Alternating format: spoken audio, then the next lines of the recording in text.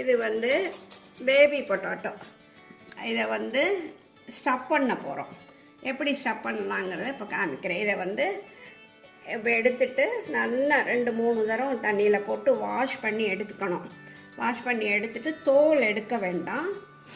Cook ஆனதுக்கப்புறம் சாப்பிடும்போது அவாவா எடுத்துக்கலாம் அந்த தோலை. இப்போது அதை எப்படி இருந்தால் இப்படி கட் பண்ணணும். ஒரு பக்கம் இப்படி கட் பண்ணணும், இன்னொரு பக்கம் இப்படி கட் பண்ணணும். இப்போது இந்த ஒரு மாதிரி தட்டை எடுத்துக்கணும். இந்த பொடி வந்து நிலக்கடலை பொடியும் உடச்ச கடலை பொடியும் மிக்ஸ் பண்ணி பொடி பண்ணி வச்சுருக்கேன் ட்ரையாக. அது தேவையான அளவு இதில் போட்டுக்கலாம். இது வந்து மிளகாத்தூள், மல்லித்தூள், கொஞ்சம் ஜீரகத்தூள் 3 கலந்தது. அது தேவையான அளவு நமக்கு எவ்வளோ உருளைக்கிழங்கு எடுத்துருக்கோமோ அதுக்கு தகுந்தாப்புல. நான் இப்போ சின்ன ஸ்பூன் ஆக்கு, 1 ஸ்பூன் மஞ்சப்பொடி, இப்போ 1 ஸ்பூன் கரம் மசாலா, 1 ஸ்பூன் கரம் மசாலா அதில் போடுறேன்.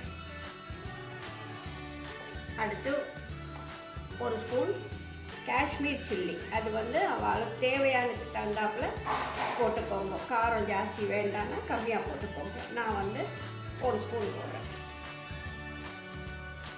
காஷ்மீர் சில்லி போட்டாச்சு. இப்போது கொஞ்சம் பெருங்காயம் சின்ன ஸ்பூனுக்கு 1 ஸ்பூன். தேவையான அளவு உப்பு,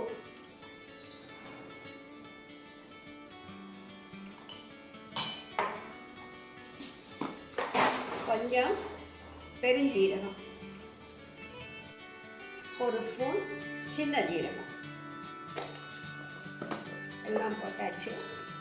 அதில் ஒரு சின்ன குழிக்கரண்டி ஆயில்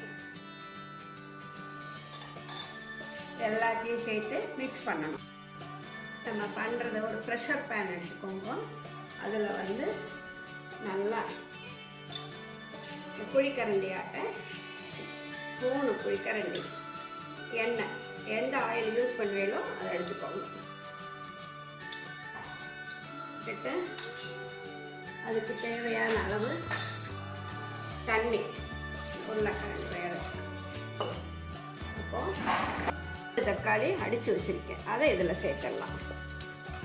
சேர்த்துட்டு கொஞ்சம் தண்ணி, தேவையான அளவு தான் தண்ணி விடணும். எச்சா விட்டேன்னா ரொம்ப இதாக போயிடும்.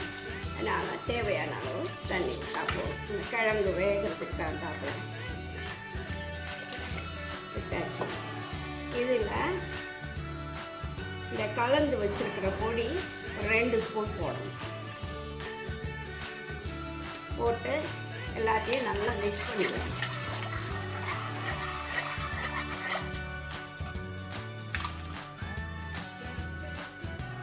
இப்போது இந்த உருளைக்கிழங்கு எடுத்து, மினி பொட்டாட்டோ எடுத்து அதை இப்படி இதுக்குள்ளே வச்சு அடைக்க வேண்டியதுதான். கைனால் அடைக்க முடியலைன்னா இந்த ஸ்பூன் வச்சு அதுக்குள்ளே அப்படி போட்டால் போதும்.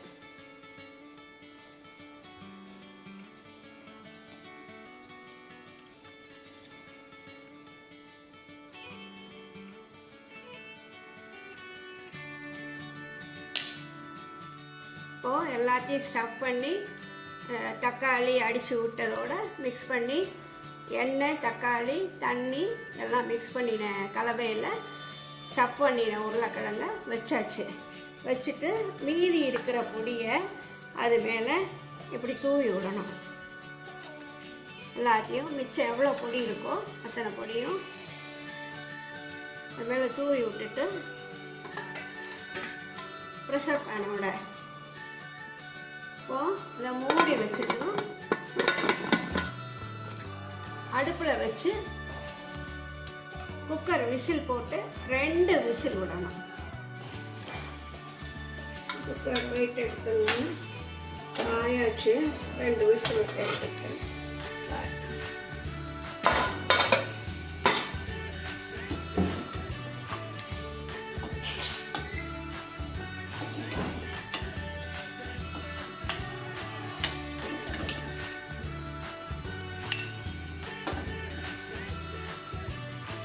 இப்போது பவுலில் மாற்றியாச்சு. நல்லா ஒன்று போலாக வந்திருக்கு பாருங்க. 2 விசில் விட்டால் போதும். ரொம்ப நல்லா டேஸ்ட்டாக இருக்கும். இதில் வந்து பச்சை கொத்தமல்லி கொஞ்சம் அப்படியே போட்டுடலாம். சர்வ் பண்ணுறதுக்கு முன்னாடி கொஞ்சம் பச்சை கொத்தமல்லி இப்படி போட்டுட்டு, இது மேலே கெட்டி தயிர் எடுத்து வச்சுட்டு விருப்பம் உள்ளவா ஒவ்வொரு இது மேலேயும் அப்படியே போட்டால் போதும். போட்டால் அது ரொம்ப நன்னாவும் இருக்கும், சாப்பிட்றதுக்கு டேஸ்டியாக இருக்கும். அந்த கெட்டி தயிர் போடுறதுக்கு ரொம்ப அருமையாக இருக்கும், பார்க்குறதுக்கும் நல்லா இருக்கும். வேணுங்கிற விருப்பம் உள்ளவா தயிர் போட்டுக்கலாம் அது மேலே.